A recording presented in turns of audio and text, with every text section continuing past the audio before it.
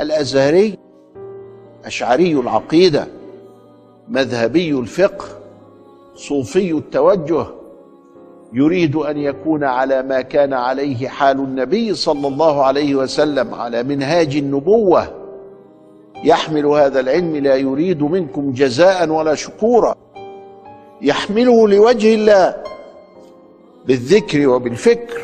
وبحب سيدنا صلى الله عليه وسلم، يحمله ويبلغه لمن خلفه، يحمله حبا في سيدنا ومن قبله ومن بعده في رب العالمين، يحمله وقلبه ينفطر على الناس كلهم، هو يريد أن يكون هداية للناس، رحمة للناس، وألا يكون بهذه الغباوة